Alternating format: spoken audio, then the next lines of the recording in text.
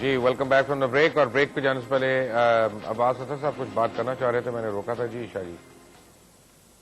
میرا خیال ہے میں ان سے یہی پوچھ رہا تھا کہ کیا جو ہے ضابطۂ فوجداری میں سپریم کورٹ یہ ترمیم کرنا چاہتی ہے کہ اب آئندہ کیس درج ہوا کریں کہ سپریم کورٹ بنام فلاں یا سرکار بنام فلاں. یہ ہر پولیس اپنے ماتحت کرنا چاہتی ہے, یہ نیب اپنے ماتحت کرنا چاہتی ہے. ان کو پہلا سیٹ اپ پسند نہیں تھا سپریم کورٹ کو, وہ تبدیل ہوا, ان کو دوسرا پسند نہیں ہے. یہ اپنے بندے لگانا چاہتے ہیں, یہ کوئی ٹارگیٹڈ تفتیش کرانا چاہتے ہیں, یہ کوئی ٹارگیٹڈ سزائیں دینا چاہتے ہیں. اگر اوپر سے ہی سزائیں ہوں گی سپریم کورٹ ہی سب کچھ کرے گی تو میں جاؤں گا کہاں؟ میں آپ سے ایک عرض کرنا چاہتی ہوں. میں یہ سمجھتی ہوں, اور یہ کیونکہ ہم نے بڑا تجربہ کیا ہوا ہر قسم کی آپریشن کا.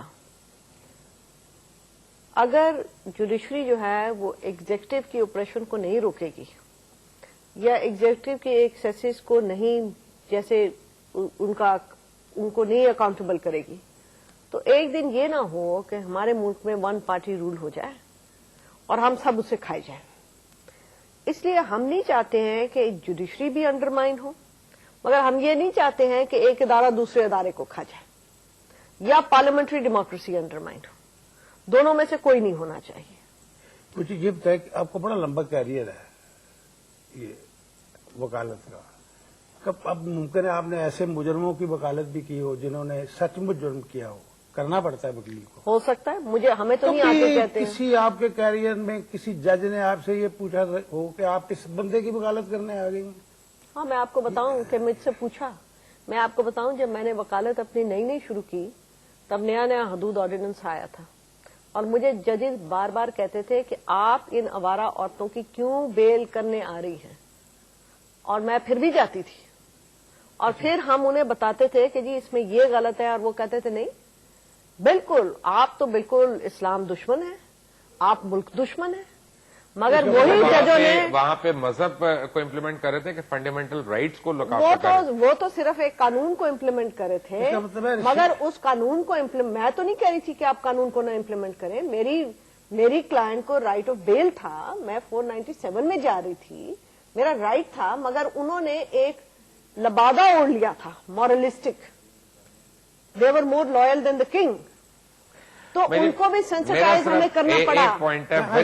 اس کا مطلب یہ ہے کہ یہ جو احمد ریاض شیخ کیس میں رشید رضوی سے یہ پوچھا گیا آپ اس کی وکالت کرنے آ گئے ہیں, یہ ٹھیک تھا؟ نہیں, غلط تھا بالکل, وہ بھی غلط تھا. ڈاکٹر اصغر رانا صاحب چلتے چلتے مجھے صرف ہاں یا نہ میں بتا دیں یا بڑی کوئکلی کہ کیا کل پرسوں ترسوں اگلے چند دنوں میں دوبارہ سے یہ جواب آپ ری سبمٹ کروا رہے ہیں کہ نہیں کروا رہے؟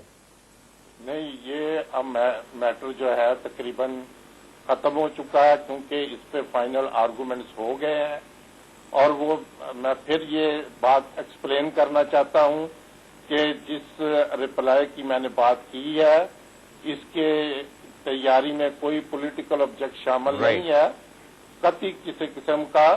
یہ ہمارے پروسیکیوٹر جنرل صاحب نے without taking any instruction advice from any side یہ اس کو تیار کیا, خود سبمٹ کیا, لیکن یہ جوڈیشل ریکارڈ کا ابھی تک حصہ نہیں بنا. اور اگر یہ لیک آؤٹ ہوا ہے تو یہ ہمارا ریکارڈ جو تھا یہ ایو آر کی کسٹڈی میں تھا, تو یہ شاید وہاں سے لیک آؤٹ ہوا ہے. ابھی تک یہ جڑیا اور یہ میٹر جو ہے اب یہ ختم ہو چکا ہے. ڈاکٹر صاحب تھینک یو, میرے پاس وقت کی قلت ہے. جناب میں نے آپ سے عرض کیا تھا نا شروع میں ہی کہ آپ پہلے دیکھ تو لیں آپ کس چیز پہ پروگرام کریں. اور میں آپ سے ایک بات کہوں کہ میں اگر جج ہوں, جو شکر ہے کہ میں نہیں ہوں, تو میں آپ سب کو کنٹمپٹ آف کورٹ میں اندر کروں, کیونکہ آپ نے پہلے اس کو لیٹر بنایا, پھر آپ نے کہا یہ پٹیشن درج ہوگی. It is nothing. آپ اپنے گھر میں خط لکھ کے اپنی ٹوکری میں پھینک دیں. یہ ادھر بھی اپنا کامنٹ کریں. ویسے وہ کیا کہتے ہیں انگریزی میں, thank God for small mercies کے نام آپ بن رہی ہیں, لیکن اب اللہ کرے کہ آپ پروگرام بنے, بڑی اچھی بات ہے. اللہ کرے کہ آپ اپنے بار کے الیکشن جیتیں, اور جو ایک بہت بڑی تعداد وکلا کی پس رہی ہے اور جن کو اپنا سفید پوشی کے ساتھ ان کو گزارا کرنا پڑ رہا ہے, ان کے حقوق کے لیے بھی آپ لوگ آواز بلند کر سکیں. کیوں نہیں, ان کو ہر طرح سے استعمال کیا جاتا ہے بار میں پاور میں آ کے, لیکن ان کے حقوق کی کوئی بات نہیں کرتا. عدلیہ کی چین آف کمانڈ کے موجودہ نظام میں مجھے ان کے جیتنے کی کوئی امید نظر نہیں آتی. عباس اظہر صاحب، آسمہ جہانگیر صاحبہ، ڈاکٹر اصغر رانا صاحب، آپ کا بہت بہت شکریہ. چلتے چلتے میں نے آپ کو ایک بڑی اہم بات بتانی ہے کہ منڈے سے جب یہ پروگرام ہوگا تو یہ رات کو 8 بجے ہوا کرے گا ایکسپریس نیوز پہ. بہت مجھے میلز بھی آتی تھیں، کالز بھی آتی تھیں، لوگ کمپلین بھی کرتے تھے، خاص طور پہ دور دراز کے علاقوں سے، گاؤں سے، چھوٹے شہروں سے، کہ جی 11 بجے پروگرام ہوتا ہے، ہم لوگ تو سو جاتے ہیں، پھر ہمیں ریپیٹ میں دیکھنا پڑتا ہے. لیکن اب آپ کی یہ شکایت بھی دور کر دی ہے ایکسپریس کی مینجمنٹ نے. منڈے سے انشاءاللہ 8 بجے پوائنٹ بلینک پر Luqman. Until the next time, اللہ حافظ.